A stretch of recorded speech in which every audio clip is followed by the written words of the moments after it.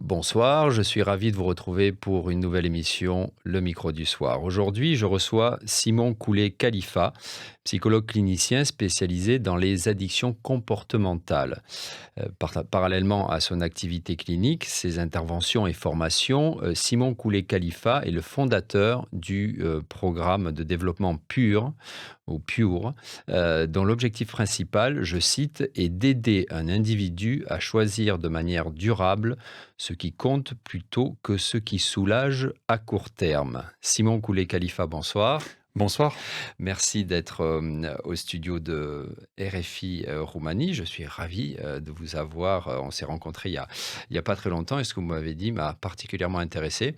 Alors, je viens de le mentionner, vous êtes spécialisé dans les addictions comportementales. Quand nous nous sommes rencontrés, j'ai été intéressé surtout par ce que vous dites concernant notre lien aux outils numériques, un lien qui est devenu parfois problématique, on va dire, et pas seulement pour les plus jeunes. Pourriez-vous nous en parler? Je crois que c'est, dans vos consultations, heu, disons, quelque chose qui est particulièrement fréquent. Tout à fait. Eh bien d'abord merci, merci de me recevoir et merci pour cette, opportunité de m'exprimer à ce sujet et de pouvoir avoir cette conversation avec vous aujourd'hui. Effectivement, donc je suis psychologue clinicien spécialisé, comme vous l'avez dit, dans les conduites addictives, mais je m'occupe également du traitement des troubles anxieux, des troubles dépressifs et puis, également de tout ce qui va toucher à la sphère cognitive, notamment avec tout ce qu'on va appeler troubles développementaux, associés, neurodéveloppementaux associés, aux problématiques déficitaires de l'attention, notamment. Hem, Petite précision peut-être pour commencer, déjà je suis pas du tout anti-tech, Ah ou oui. anti-progrès.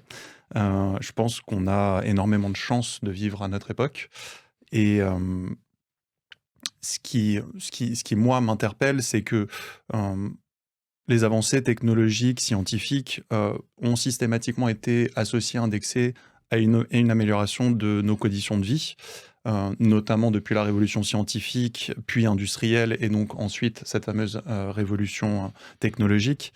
Hem, Ce qu'il faut bien noter à mon sens, c'est que toute innovation produit un double effet. Il y a un gain fonctionnel. Typiquement, on pourrait citer l'accès au savoir, hem, un accès à la communication également, mais il y a également donc un 2e effet, à savoir la reconfiguration cognitive et comportementale, ce qui va de fait induire des effets sur notre rapport, heu, au monde, notre rapport aux autres, mais également notre rapport à nous-mêmes. Mmh. Hem, Et je me rappelle, excusez-moi, je vous coupe, je me rappelle que quand on s'était rencontrés, on avait précisément parlé de ça, que oui. cet aspect-là, c'est-à-dire, l'autre côté, moins positif des nouvelles technologies est pas suffisamment enfin, on en parle de plus en plus, hein, notamment avec, l'interdiction des réseaux sociaux en Australie et en France, Absolument. jusqu'à l'âge de 15 ou 16 ans.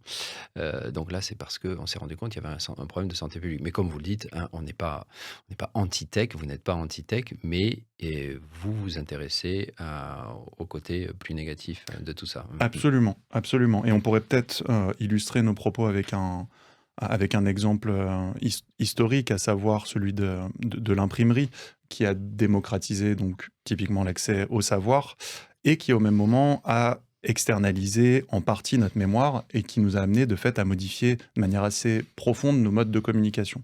Donc on voit qu'il y a toujours quelque chose que l'on donne et quelque chose que l'on gagne, et quelque chose finalement qui se transforme, en toile de fond. À notre époque, il y a des choses qui sont quand même assez spécifiques et peut-être assez inédites. Hem, la puissance des outils qui sont déployés aujourd'hui, la vitesse et l'ampleur de leur diffusion et pour moi, c'est la question, principale, l'absence ou le manque de cadre éthique proportionné à l'impact de ces outils sur la vie, des individus. Et finalement, ce qu'on observe, c'est que depuis 20-30 ans, il y a eu un développement, de technologies capables de capter, d'orienter, d'exploiter notre attention, sans formation préalable à leur utilisation et sans protection suffisante via notamment des régulations. On voit des choses se faire, vous l'avez, mentionné, en Australie notamment, la mise en place de cette régulation sur l'âge de l'usage minimum, en ce qui concerne les réseaux sociaux et c'est une avancer, c'est nécessaire. Est-ce que c'est suffisant? Certainement pas, mais c'est un début, il faut bien commencer quelque part. On a donc, en termes de constat, donc, des outils qui sont extraordinairement puissants aujourd'hui, dont l'usage peut malheureusement dériver. Et c'est là-dessus, j'imagine, que l'on va davantage échanger aujourd'hui. À mon sens, on pourrait peut-être essayer de distinguer, dans le domaine de l'éthique, deux dimensions. Il y a la dimension collective, scientifique, notamment en ce qui concerne le design de ces outils. La dimension collective également à l'égard des régulations, on en a parlé. Et également la dimension, donc, cette fois-ci individuelle, en ce qui concerne l'usage de l'outil. Ça me renvoie à quelque chose qui Ce est dont vous vous occupez, vous, hein, vous n'avez pas absolument, d'ambition de... Enfin si, ça peut avoir... Vos conseils aux individus pour avoir des répercussions au sens collectif, mais vous vous occupez de l'individu. c'est ça, absolument. Donc effectivement, il y a toujours cette discussion, ce débat autour de l'approche top-down ou bottom-up. Comment arrivent ces changements et ces ajustements?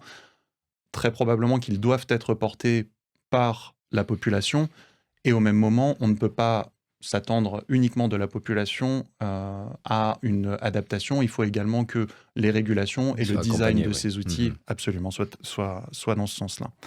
Euh, la distinction centrale que moi je ferai finalement aujourd'hui, c'est ce que l'outil permet objectivement de faire et ce que nous faisons réellement de l'outil. Mhm.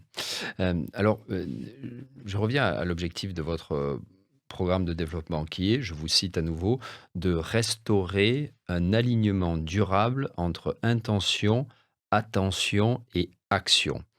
Euh, alors, quand vous dites qu'effectivement, il va falloir regarder davantage un peu le design, hein, comment les algorithmes notamment sont développés, quand on voit comment les intelligences artificielles sont en train de se développer, ils peuvent donner des résultats hein, très positifs. Hein, je pense notamment aux diagnostics médicaux. Est-ce que vous ne vous dites pas quelque part que c'est un peu peine perdue, que ça va être de plus en plus difficile à remplir cet objectif de s'aligner hein, entre intention, attention et action, parce que je rejoins d'ailleurs là le livre de Bruno Patino, le président d'Arte France, qui dit que on est passé d'un moment où c'est notre attention qui est accaparée à ce que ce soit notre affectif qui se soit accaparé. Donc par rapport à ce que vous faites, à votre mission d'essayer de segmenter un petit peu les choses et d'aider l'individu, est-ce que vous vous dites pas de temps en temps, avec tout ce qui arrive déjà, que ça va être de plus en plus compliqué? Ouais, Mais d'un autre côté, que votre mission est toujours plus nécessaire. Alors oui, il y a un petit peu de ça effectivement. Donc déjà, je vous rejoins tout à fait sur le constat, c'est-à-dire que le problème est de plus en plus complexe et il est de plus en plus propagé et propagé rapidement dans notre société.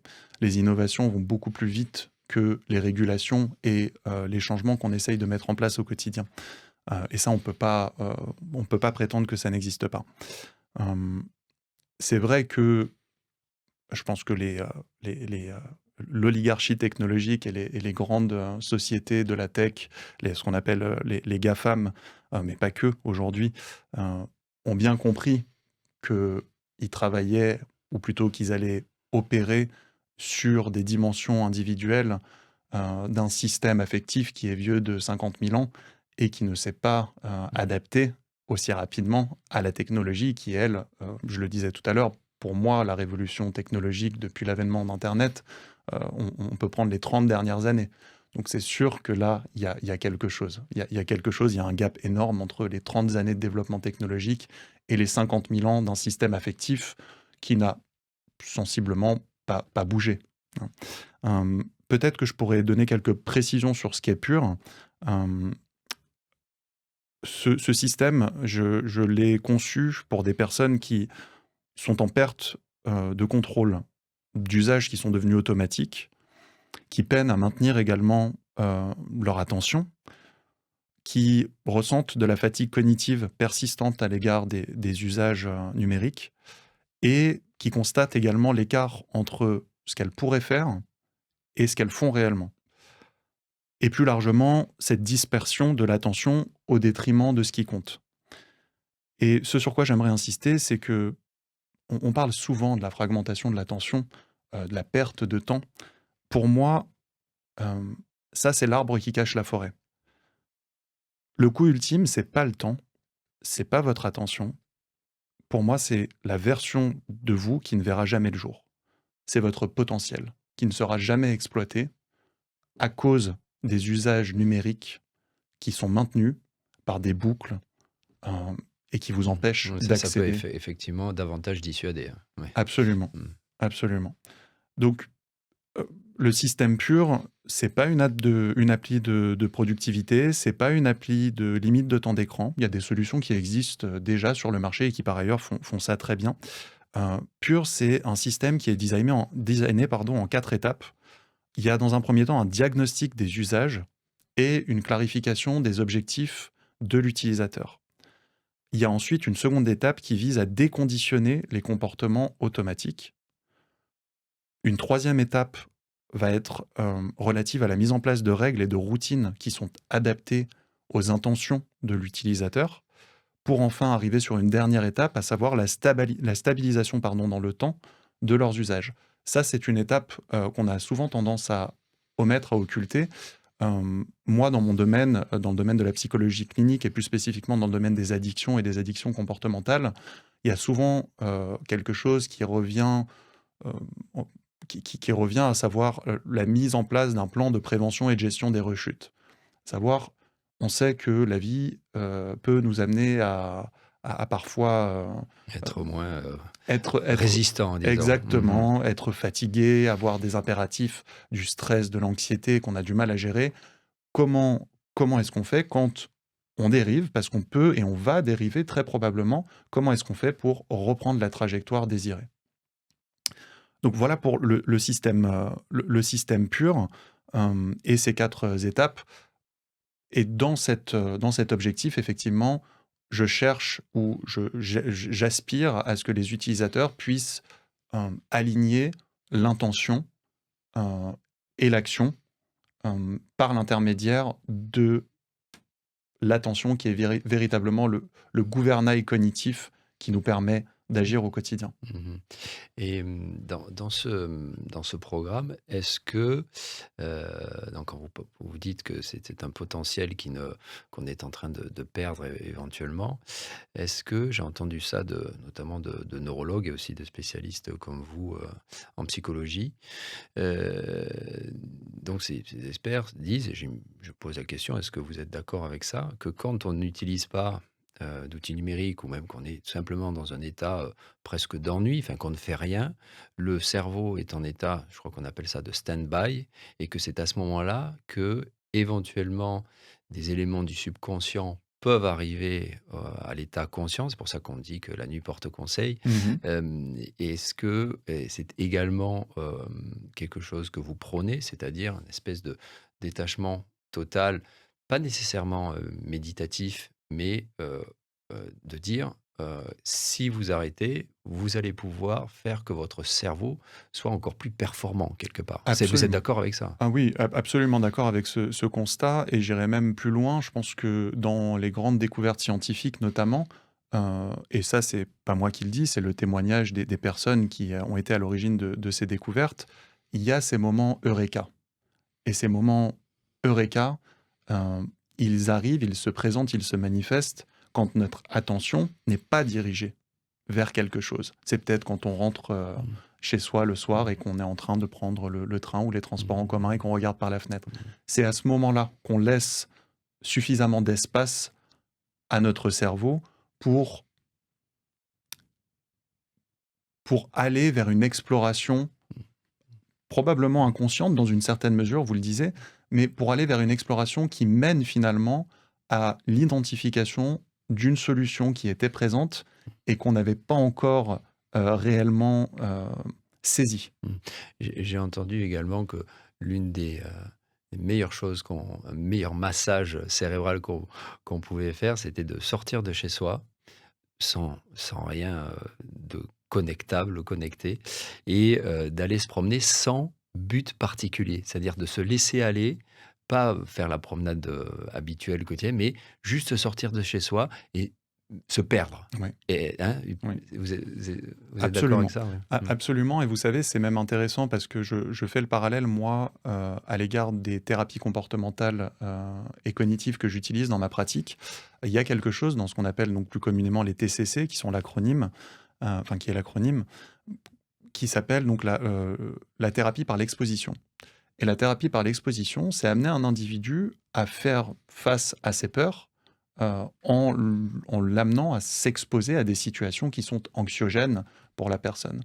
Et typiquement, aujourd'hui, on pourrait se dire que de sortir sans son téléphone et de se balader sans but précis, ça peut être une exposition. Et donc, quelque part, ce que ça va venir faire en toile de fond, c'est renforcer l'individu en la croyance qu'il est capable de s'en sortir seul et de ne pas être dirigé systématiquement, guidé, soutenu par une aide numérique. Mmh. Qui sont les gens qui viennent vous consulter précisément, qui ont pris conscience de donc déjà, le fait d'aller vous voir, parce qu'il y a une prise de conscience de l'addiction, je dirais qu'il y a la moitié du travail qui est fait. Le problème, c'est que la plupart des gens, se disent: «Bon, mais c'est comme ça, mais ma foi, c'est bien pratique, et puis voilà». Alors effectivement, il y en a qui quelque part acceptent une forme de défaite et qui se disent qu'ils ne pourront rien y faire. Donc là, il y a une forme de, comment dire, D'acceptation, puis voilà. d'acceptation un peu passive, hein, de ce qui est en train de se passer. Et puis, il y a des personnes qui croient en leur agentivité, qui croient en leur pouvoir d'influence sur leur parcours, sur leur trajectoire. Et c'est ces personnes-là que je vais souvent recevoir dans mon cabinet, dans le cadre de ma pratique libérale.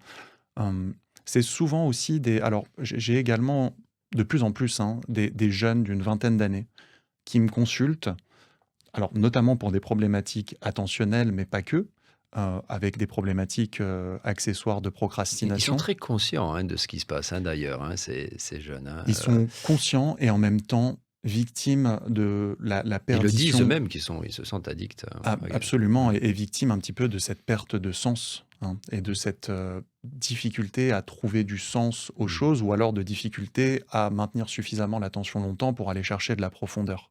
mmh. Mmh.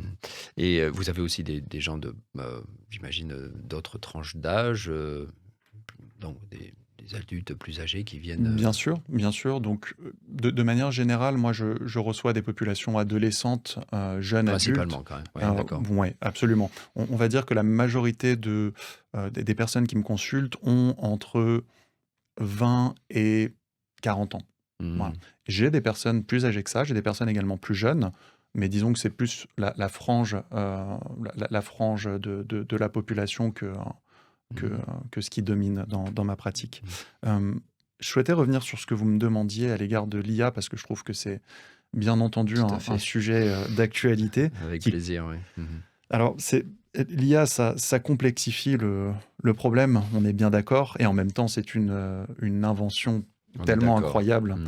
et tellement pleine de potentiel, justement, hein, à l'égard notamment des diagnostics médicaux, pour citer cet exemple. Mais in fine, la question reste fondamentalement la même, à savoir où se trouve la frontière entre l'individu qui utilise l'outil et l'outil qui utilise l'individu. Et cette relation, bien sûr, elle n'est pas unilatérale. Il y a un échange, il y a une transaction, pardon, entre l'utilisateur et les acteurs.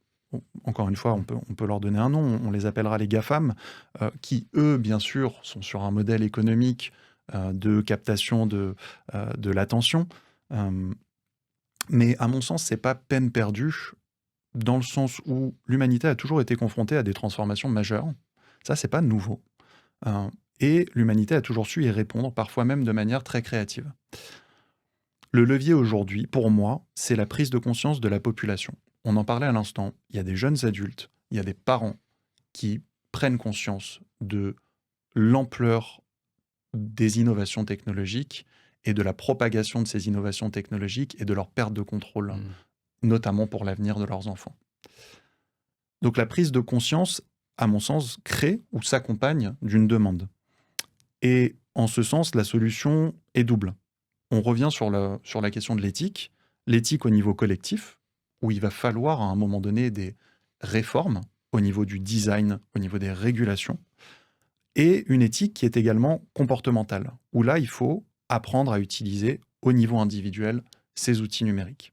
Et est-ce que vous êtes, excusez-moi, je vous coupe, est-ce que vous êtes d'accord quand, si je vous dis qu'aujourd'hui, il faut arrêter avec cet adage, l'outil est neutre, ça dépend comment on l'utilise. Mais aujourd'hui, ça Ça, c'est faux, c'est faux. Je veux dire, bien maintenant, sûr, c'est complètement galvaudé. bien sûr. Non, l'outil, comme vous le dites très bien, ça me fait penser d'ailleurs à un ouvrage dont on avait parlé, je crois, avant cet entretien de Thomas Grimont-Pont, qui est venu à cette émission, il y a quelques années, qui a écrit un livre qui s'appelle Algocratie, le Oui, pouvoir des algorithmes, et qui, voilà, je me rappelle, on en avait discuté, et qui explique très bien comment les algorithmes sont créés précisément pour nous rendre de plus en plus, pour accaparer notre attention. Je crois même qu'il y a des experts comme vous, des psychologues, qui sont embauchés à la Silicon Valley pour faire que les gens restent toujours plus... D'ailleurs, Meta, Mark Zuckerberg est inquiété en ce moment parce qu'il est même attaqué. Bon, ça, c'est encore. Bon, on peut avoir un avis mitigé là-dessus. Je ne sais pas. Il y a aussi une part de responsabilité de l'utilisateur et l'utilisatrice dans ce cas précis. Donc, je crois que les culpabilités sont un peu partagées. Mais bon, voilà. Excusez-moi, je voulais juste. non, mais vous avez raison L'outil n'est de... plus neutre. C'est pas vrai, quoi. Non, l'outil n'est pas neutre par design, il n'est pas neutre. Mhm. Par design, il est fait pour capter l'attention de l'utilisateur et faire en sorte que l'utilisateur reste le plus longtemps possible euh, en interaction avec cet outil. Donc bien évidemment qu'il n'est pas neutre. Là où il y a un problème éthique à mon sens, c'est que l'utilisateur aurait dû être informé. Alors, on peut aussi mettre en cause peut-être une certaine naïveté de la part de la population, des individus, à savoir à quel moment on a pu penser que des outils allaient nous être d'une puissance, encore une fois, extraordinaire, allaient nous être proposés, donnés gratuitement, sans contrepartie. Et encore une fois, moi j'aime beaucoup cette notion de responsabilité individuelle parce que la responsabilité individuelle est du côté des utilisateurs qui peut-être n'auraient pas dû aborder et appréhender ces nouvelles technologies De sans se façon poser de naïve. questions. Ouais. Voilà. Mhm. Mais elle est également, bien évidemment, du côté du design, Surtout, je dirais. mais Ouais. bien Mhm. évidemment. Et dans Mhm. la Silicon Valley, vous l'avez dit, il y a Mhm. effectivement des psychologues qui sont embauchés à des fins, Ça, vous le confirmez, hein, bien c'est sûr, ouais. mais Mmh. ça c'est un fait connu. Enfin, Ouais, je veux ouais, dire, ouais. les grandes, les géants de la tech ne s'en cachent pas, ils le Mmh. disent, qu'ils embauchent des spécialistes dans les sciences comportementales, dans les neurosciences également, bien entendu, pour arriver à leur fin. Mmh. Hem, pour revenir un petit peu dans le contexte où nous nous trouvons, hein, nous sommes à Bucarest. Mhm. On va en parler après. Vous faites l'aller-retour entre Bucarest et Paris depuis quelque temps. Heu, alors que ce soit en Roumanie ou dans plusieurs pays de l'Est, ce que je remarque, c'est que il y a, un élan, vers la modernité, qui est très fort, et ça s'explique de par l'histoire du pays. On a envie d'oublier le passé, et d'aller de l'avant. Ça se comprend, c'est très bien, mais on embrasse tout, sans trop réfléchir. Certains d'ailleurs, en profitent, hein. C'est un peu, il y a pas, voilà, il y a pas de réflexion sur le mouvement tech. Mhm. Il faut l'embrasser et point barre. Est-ce que vous ressentez ça? Est-ce que vous vous dites, «Ouh là, j'ai beaucoup de travail, j'ai du travail à Paris, mais ici aussi, vu cet, embrassement encore une fois des nouvelles technologies sans trop réfléchir», même si je lis qu'il y a de plus en plus de questionnements quand même, hein, sur tout ça. Mais est-ce que vous avez aussi ce sentiment, je ne sais pas si c'est très objectif, que ici, particulièrement dans les pays de l'Est, on fonce dans ça sans se poser de questions? Alors, vous avez raison, ce constat, je pense qu'on peut le faire en Roumanie et puis plus largement peut-être dans les pays qui sont, on va dire, assez récemment finalement Mhm. sortis du communisme. Il y a une dimension historique qui est bien évidemment importante. Euh, la Roumanie, c'est un pays qui a connu la privation. Euh, Mhm. par l'intermédiaire donc du communisme. Et donc cette tendance à basculer dans l'abondance, par compensation, on pourrait dire, Ça exacerbe, ouais. absolument. Mmh. Pour moi, c'est un mouvement qui est compréhensible. C'est une réaction qui est mécanique, on pourrait même dire peut-être même épidermique. Quand on a été privé de quelque chose, par réflexe, on va Ça se aller, comprend. on va aller dans l'abondance. Alors, avant de retrouver un équilibre, parce que c'est peut-être aussi ça qu'il faut essayer de faire, c'est de peut-être dézoomer, prendre du recul et de comprendre qu'il y a un mouvement qui s'opère, euh, et que souvent, après une phase d'excès, euh, on va tendre vers l'équilibre, on va réintroduire de la nuance. Euh, Plus largement, alors bien sûr, Ça, vous le ressentez en France, j'imagine? absolument, absolument. Mais je pense que c'est intéressant parce que vous voyez, typiquement, on pourrait peut-être faire cette analogie entre le pays qui a été privé et qui reçoit en abondance les technologies numériques et qui bascule dans l'excès, euh, et peut-être finalement un constat plus large, à savoir euh, dans les sociétés occidentales, il y a 20-30 ans, l'avènement d'Internet et puis tout ce qui s'en est suivi, on pourrait considérer également Ouais. une forme d'abondance qui est arrivée et aujourd'hui une remise en cause et une tentative d'aller vers la nuance, d'aller vers un équilibre au niveau des usages. Mmh. Donc je pense qu'on va également l'observer en Roumanie, peut-être que ça prendra un petit peu plus de temps. Il y a un élément qui est assez intéressant, je pense, en Roumanie, c'est euh, la structure de la famille et l'importance de la famille qui reste l'un des piliers de la société.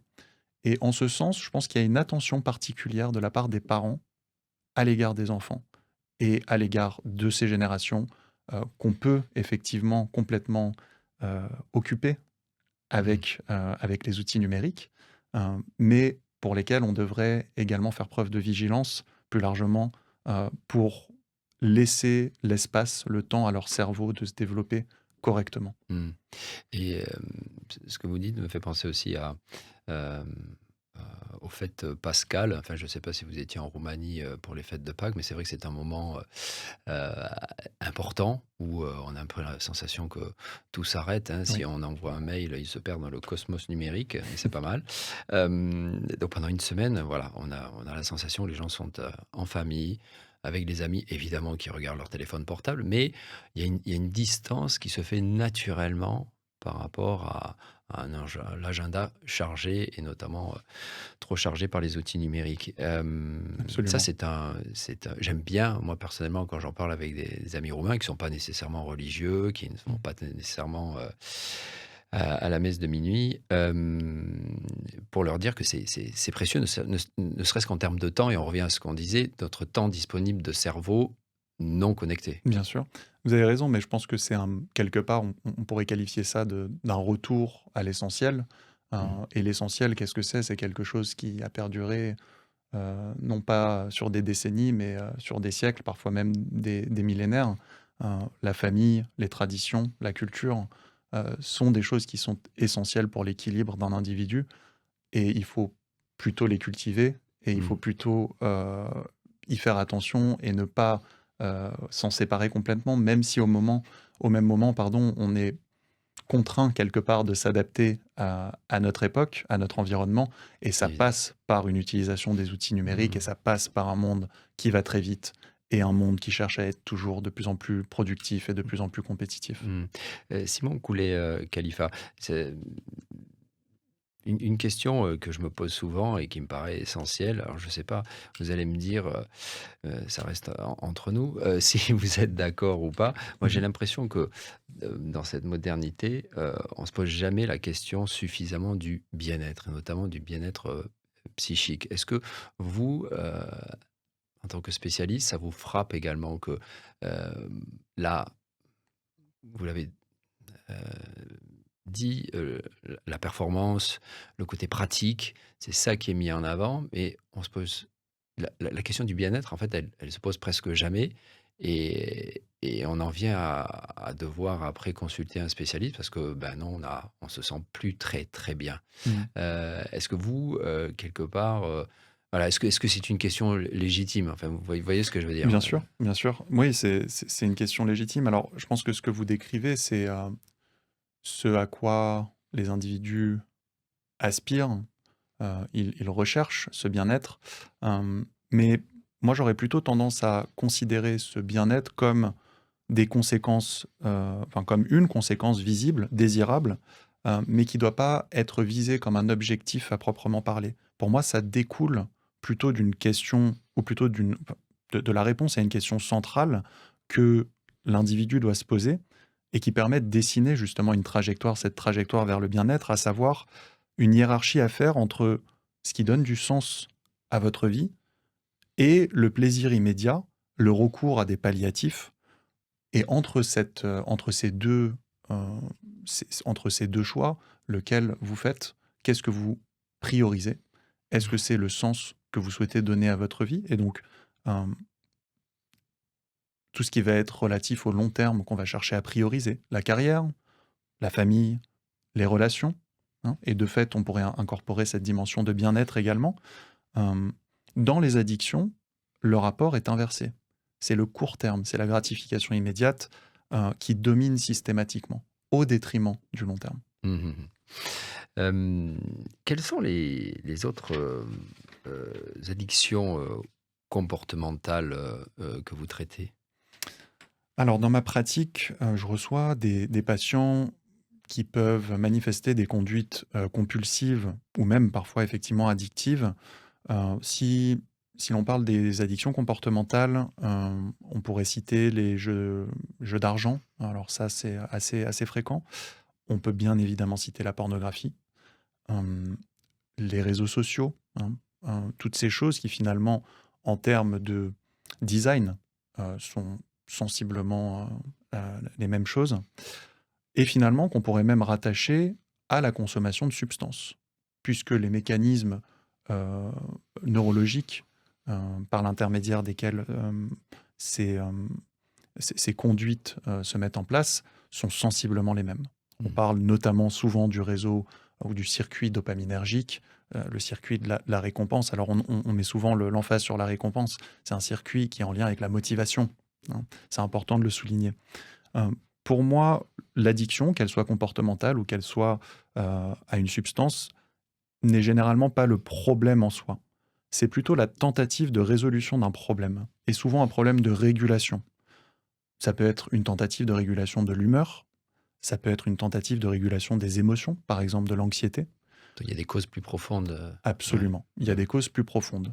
Un sentiment de vide, un isolement social qui mène à qui mène l'individu à chercher une compensation. Hem, le problème avec les addictions comportementales, mais plus spécifiquement les addictions digitales, on pourrait dire, c'est que on a déployé des outils qui sont devenus indispensables au fonctionnement quotidien.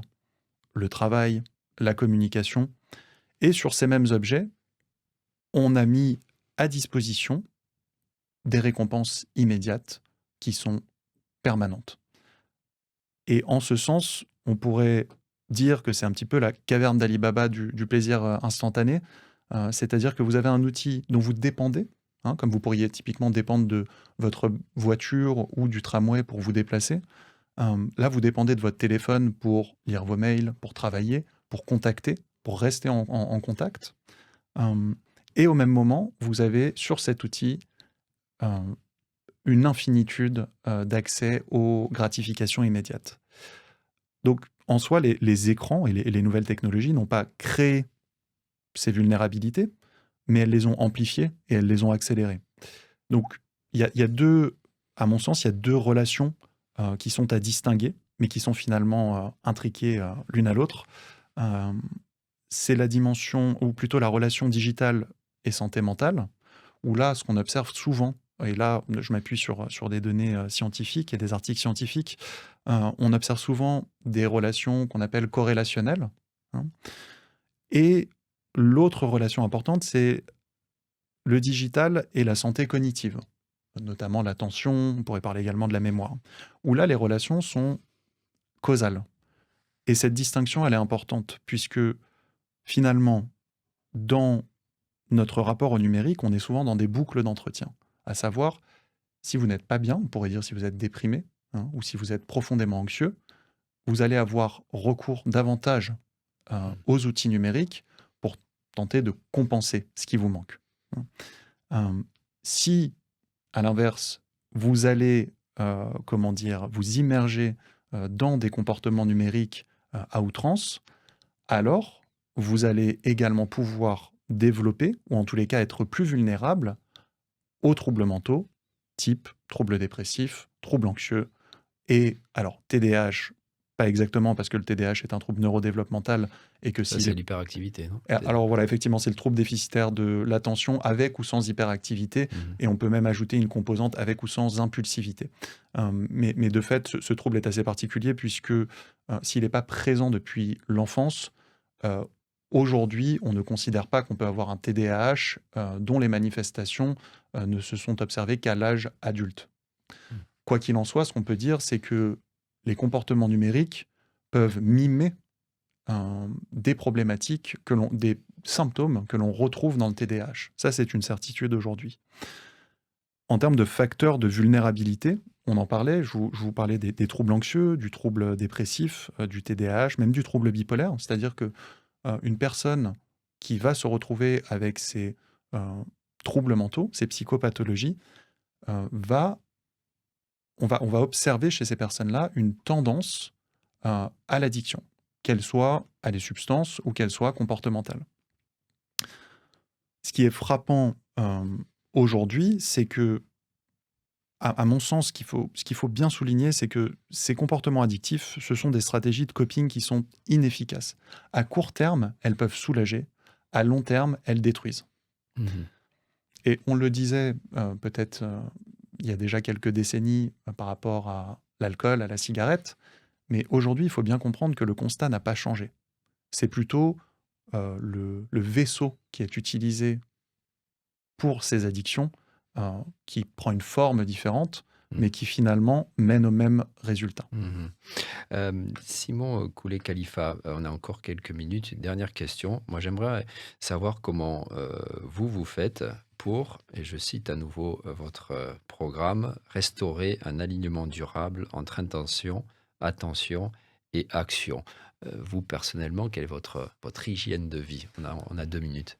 Alors cette question me fait sourire parce que je pense, j'ai cette image dans la tête. Est-ce que Notamment vis-à-vis des outils numériques, hein, excusez-moi. absolument, Mhm. absolument. Mais justement, je me dis, et c'est une question très pertinente, à savoir, est-ce que ce sont les cordonniers qui sont les plus mal chaussés, comme on le dit? Et encore une fois, je pense que cette question, elle est importante. Parce que vous êtes très pris. Entre Bucarest et Paris, je sais, vous me l'avez dit. Ouais. Mhm. Oui. Je suis très pris par ma Alors, vie comment vous faites? professionnelle, par ma vie personnelle. Alors justement, je réinvente pas la roue. J'essaye d'appliquer des principes simples, à savoir structurer mes journées, compartimenter mes temps, protéger certains espaces. Typiquement, le sport est pour moi quelque chose d'essentiel. À chaque fois que j'ai sacrifié le sport, je l'ai payé. Euh, j'ai aussi conscience du fait que ce qui fonctionne pour moi ne fonctionne pas nécessairement pour les autres. Et c'est en ce sens que le système pur que j'ai développé euh, appuie sur la dimension de personnalisation. L'objectif, c'est qu'à partir du diagnostic, Mais de... vous, Oui. revenons à vous. Alors, comme je vous le disais, moi, c'est typiquement, vous voyez, essayer dans la mesure du possible, parce que parfois on est un peu contraint comment dire, de basculer d'un domaine à l'autre, mais dans la mesure du possible, c'est de compartimenter les temps. C'est-à-dire, plus spécifiquement, c'est quand je suis en consultation, je fais Donc, pas pas mal. de multitasking, comme on dit. Hein. Alors, Et l'éviter, non? exactement, Ouais, ça, l'éviter. c'est... Et essayer de structurer le poste de travail et l'environnement de travail pour éviter absolument de le faire plusieurs multitasking. tâches en même temps. Absolument. Excusez-moi, j'ai utilisé Et ce le mot anglais. multitasking, Ouais. enfin, vous avez raison de le souligner, c'est quelque part. Mais là encore, c'est une conséquence d'une surstimulation, bien souvent. Hein. On va multitasker parce qu'on est surstimulé. En croyant gagner du temps. Ouais, Absolument, voilà. absolument. Donc voilà, si Donc, je bien peux... compartimenter, vous compartimentez bien. Absolument. Et Voilà. ça passe par une identification de ce qui est important pour moi. Qu'est-ce que je cherche prioriser? Qu'est-ce que je Et cherche aussi le faire à prioriser? un certain rythme, c'est-à-dire, voilà, pas se dire, ah mais j'aurai pas le temps, faire les choses si elles prennent un certain temps, ben, elles doivent prendre Absolument, ce temps-là. absolument. Non, enfin, je sais pas, Oui, hein, oui, oui. moi, c'est Plus personnellement ce que j'essaie de faire. C'est précisément quand je sens que les choses s'accumulent, j'essaie de que vous levez les le pied. faire. Et puis, s'il y a du retard, bon, ça dépend de quoi on parle, mais Bien entendu, mais mmh, effectivement, plutôt se concentrer sur la trajectoire que sur les livrables systématiquement. mmh, Je suis quand d'accord. on peut, ouais. Ouais, Mmh, absolument. mmh. Je suis D'accord. d'accord avec vous là-dessus. Très bien, mais Simon Coulet-Khalifa, je suis ravi, hein, de vous avoir eu, au micro du soir, hein, Également. c'était vraiment, très agréable et j'espère, précieux, hein, vos propos, ont été et sont précieux pour nos auditrices et auditeurs, et que, beh, voilà, auquel je souhaite, un bon week-end où il y aura des promenades, sans objectif particulier. Compartimentez bien votre temps, hein, comme le dit Simon Coulet-Khalifa. Peut-être un site où on peut vous trouver, le programme Pure, on pourrait Absolument, absolument. l'annoncer, oui. Alors le site s'appelle thepureintent.com. Donc, The Pure Intent en un seul mot, Absolument, point .com. .com, exactement. ThePureIntent.com, Et d'accord. Et là, voilà. on trouve toutes les informations. Toutes les informations D'accord. relatives au programme qui va être déployé et dans un premier temps qui sera dans une phase de test Ah, par d'accord. les utilisateurs. D'accord. Ah, très bien. Donc, bien de l'avoir signalé. Merci, Simon Coulet-Khalifa. Chères auditrices, chers auditeurs, bon week-end. À bientôt. Week-end Placoute. Au revoir.